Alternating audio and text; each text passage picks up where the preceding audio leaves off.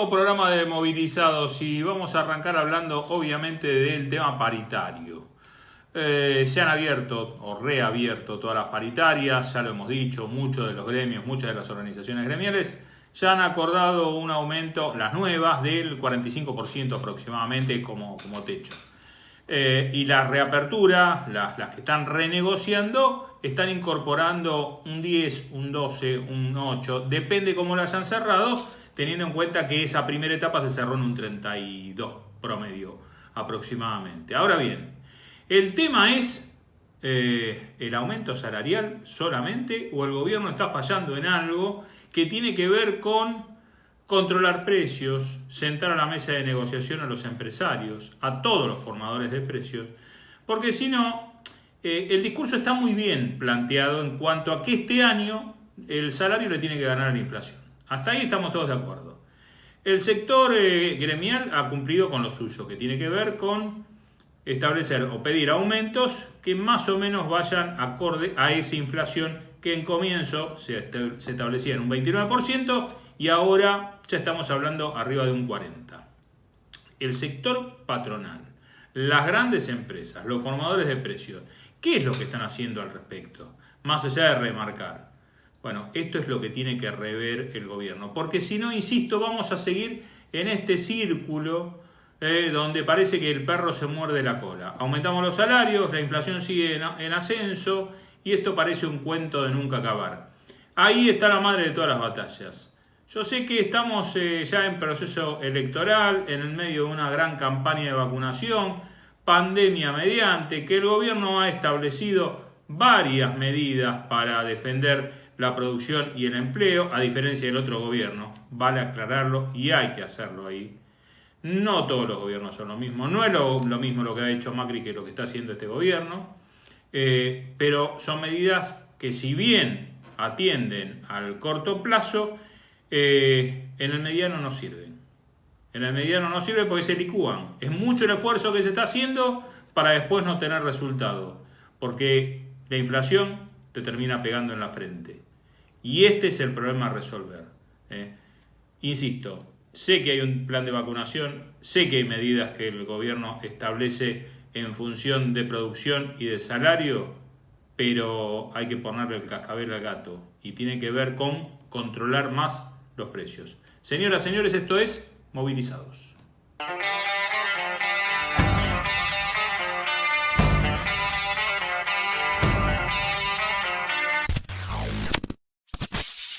Sindicato de Obreros de Maestranza de la República Argentina. 75 años de sólida representatividad para el trabajador de Maestranza. Compañero Oscar Guillermo Rojas, secretario general.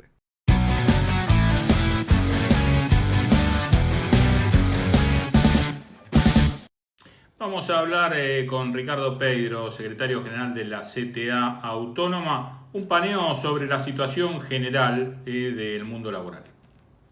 Estamos con Ricardo Peidro, secretario general de la CTA de Autónoma. Ricardo, ¿cómo andamos? Bien, bien. ¿Cómo están? Bien. Bueno, a ver, Ricardo, negociaciones paritarias que se están abriendo en líneas generales. ¿Cómo ves la marcha de esta puja distributiva que se está dando? Bueno, ya a principios de año nosotros en una reunión que habíamos participado de precios, que habían convocado de precios y salarios, donde a nosotros el gobierno nos había planteado la intención que las paritarias de este año estuvieran por encima de la inflación, cuando la expectativa de inflación en ese momento era de 29%, ¿no? Nosotros ahí planteamos que, bueno, más allá de que nuestros equipos técnicos no lo veían de ese modo, pero bueno, si era así, verdaderamente que estuviera por encima de la inflación, que haya una cláusula automática de reajuste, tanto en las estatales como directamente en las privadas. Bueno, la necesidad de reapertura de paritarias en esa disputa se hace imprescindible. No solamente que se le gane a la inflación este año, sino que ahí planteamos en un plan plurianual, digamos, porque nosotros tenemos que recuperar todo lo que Claro. perdimos en los 4 años de Bueno, gobierno Macri, si no vamos a seguir corriendo detrás de una pauta inflacionaria, pero consolidando lo perdido. Y ese círculo virtuoso de salarios, consumo, producción, nunca se iba a producir. Así que es más que necesario que se cumpla con esa expectativa mínimamente de ganarle la inflación este año y, por supuesto, sí un plan serio de recuperación del salario, que creo que es lo que debe hacerse, ¿no? Ahora, a esta altura del partido, ¿no crees que más allá de el aumento salarial, donde tiene que poner el énfasis el gobierno es en este control de precios, control de inflación, llamalo como quieras, pero si no, siempre se va a estar corriendo detrás de esta pauta, porque el gobierno puede tener la intención de mejorar los salarios y puede convocar a los sectores que tiene de referencia, estatales, por ejemplo. Pero después, la verdad que todo se licúa. Es así, tal cual lo planteás. Nosotros, una de las cuestiones que planteamos es que hay que tener por fin tener una acción sobre los formadores de precios, control sobre los formadores de precios que no aceptan ningún tipo de control, son los que se sientan en las mesas para decir qué problema, qué es la inflación, pero son los que provocan estas corridas inflacionarias. O sea, mientras no tengamos una acción decidida sobre los formadores de precios, va a ser muy difícil este planteo que los salarios le hagan la inflación, el círculo, que haya mayor producción, que haya mayor consumo. Los formadores de precios están en doble juego, ¿no? Fundamentalmente las ganancias por encima de todo, facturar, no les importa vender menos y facturan más, eso nosotros lo sabemos también por la industria del medicamento, ¿no? que es la que estamos. Y por otro lado, un juego en el sector financiero. Entonces ellos tienen recursos como para sostenerse, para acumular, y muy desprotegidos los sectores de la clase trabajadora, tanto los trabajadores formales como los informales, ¿no? Y por supuesto con una reforma, siempre defendemos una reforma impositiva que sea progresiva, que actúa sobre los grandes ingresos, bueno, y no en impuestos directos sobre... Ahí tenés un tema, Ricardo, porque evidentemente esta militancia en contra del impuesto a las grandes fortunas por única vez tiene que ver con que en realidad lo que no quieren es eso, es una reforma impositiva, te ponen ese dique de contención, ¿no? La realidad pasa un poco por ahí.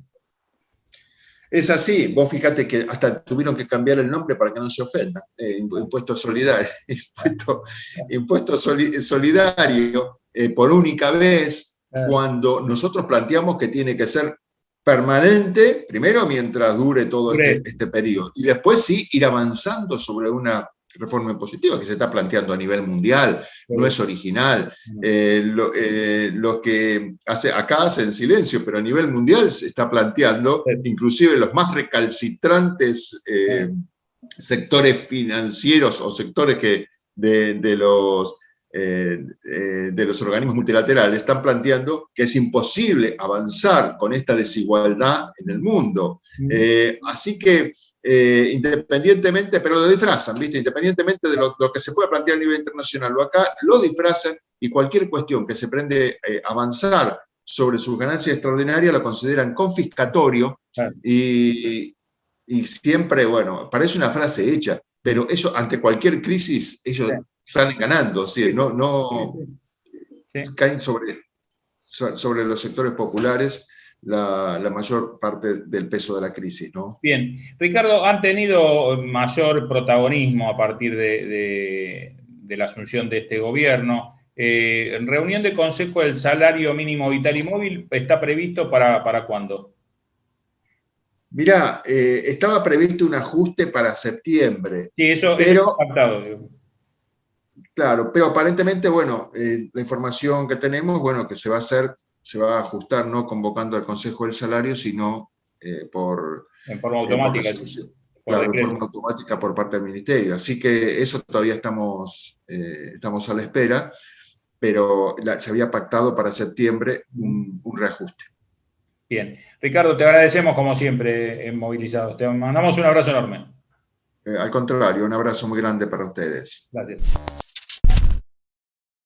En esta cuarentena necesitamos consumir diferentes tipos de productos para la vida diaria.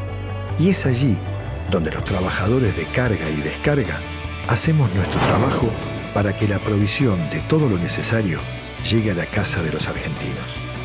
Seguimos trabajando duro, haciendo nuestro aporte, cuidándonos en nuestro trabajo para cuidar a nuestras familias, porque de esta pandemia salimos entre todos.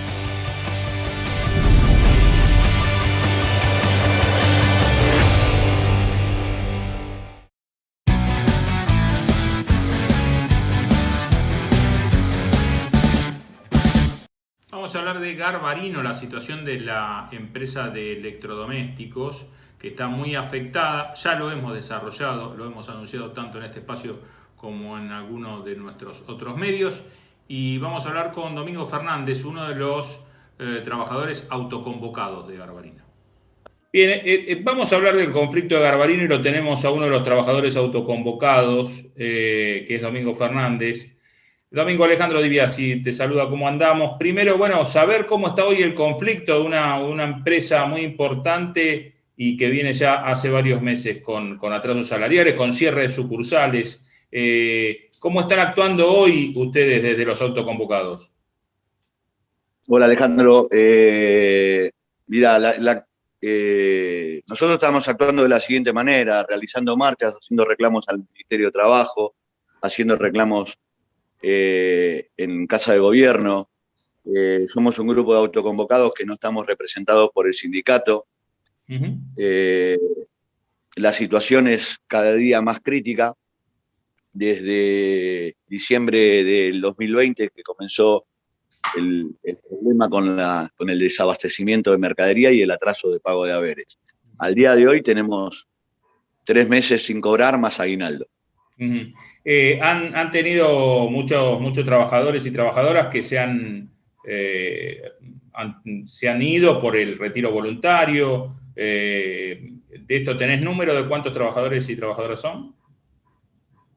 Sí, en el mes de diciembre se ofreció un retiro voluntario al cual se adhirieron entre 800 y 1.200 personas.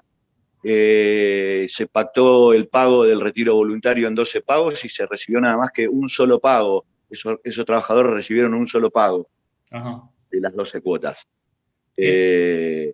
Acá estamos afectados entre 3.800 y 4.400 familias.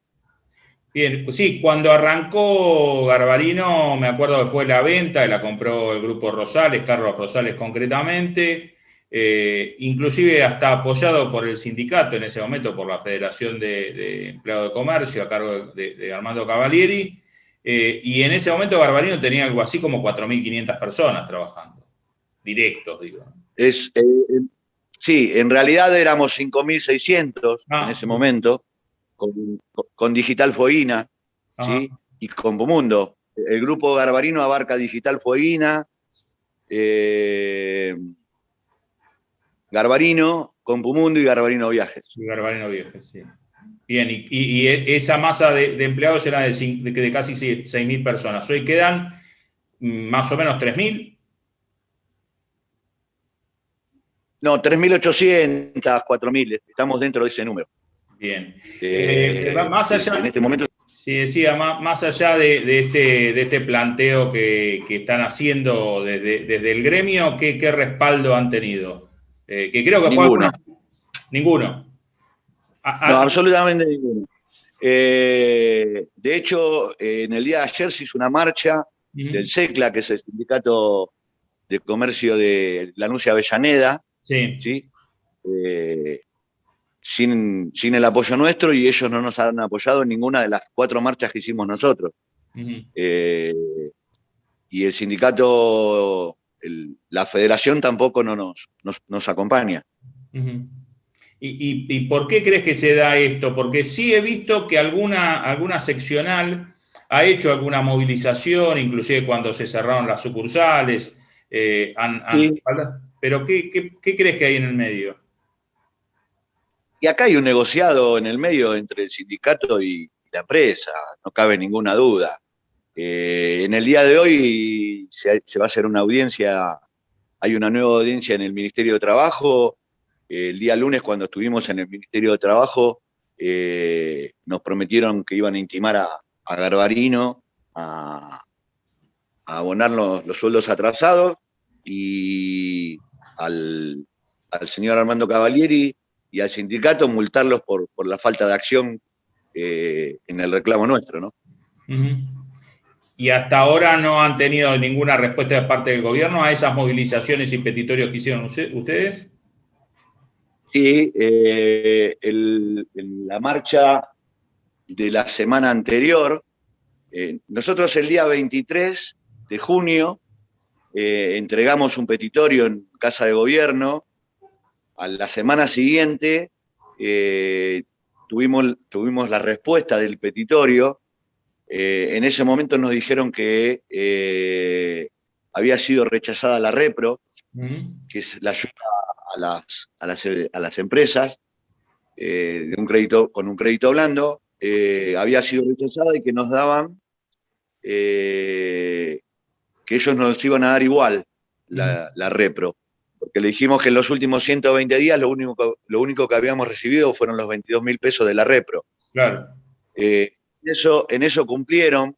Nos dijeron que el día lunes íbamos a tener depositado los 22.000 pesos a través del ANSES, y fue depositado con anterioridad. El día viernes fue depositado ese dinero. Bien. Bueno, Domingo, esperemos, nosotros vamos a seguir, lo estamos siguiendo de cerca, el conflicto de Garbarino, que además se va a replicar en otras empresas, porque vemos que Ribeiro está en una situación, entra en una situación similar a ustedes, pero vamos a seguirlo a través de los medios que nosotros tenemos, y cualquier información, obviamente, tenemos este espacio para difundirlo. Así que les agradecemos, y bueno, y a seguir en la lucha, lamentablemente. Quería decirte una cosita más, nada más. Con respecto antes que dijiste que vistes algunas agrupaciones, sí, el SEOCA, que es el Sindicato de Empleados de Comercio, es el único que nos apoya en esta marcha y en este reclamo. Y tenemos una situación muy grave. La situación grave la tenemos en una compañera que tiene un embarazo de riesgo, con 15 meses de embarazo. Como Garbarino hace un año que no paga las prepagas, se le cortó el servicio, y le estamos pidiendo al gremio que empadrone a esta compañera y le brinde el servicio de OSECAC por la situación en la que se encuentra. Simplemente vamos a seguir en esta lucha hasta tener una respuesta concreta y oficial, porque realmente no tenemos respuestas concretas y oficiales, ¿no?, de parte de la empresa. Sí, el tema, yo supongo, ¿qué es lo que puede hacer el Estado en este marco con una empresa, digamos, que ha tenido todos estos inconvenientes de males manejos, obviamente? ¿Qué puede hacer y cómo puede intervenir, ¿no? Ahí me parece que se encuentra en un callejón sin salida. El Ministerio, más allá de, no sé, reclamarle que atienda las demandas laborales y salariales. Es bastante complejo hoy la situación, ¿no? Lamentablemente. Bueno, sí, lamentablemente no tenemos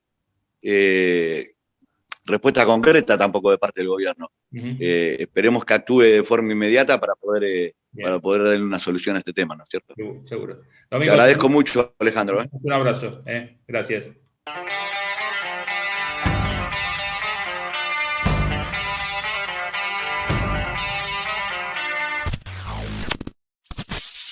Entrevista a Carlos Minucci, secretario general de la Asociación del Personal Superior de las Empresas de Energía. Un tema muy importante. Vamos a ver cómo está la situación, la actividad. Bueno, vamos a hablar un poquito del tema energético. Lo tenemos a Carlos Minucci, secretario general de los gremios de energía del personal jerárquico. ¿Cómo andamos, Carlos?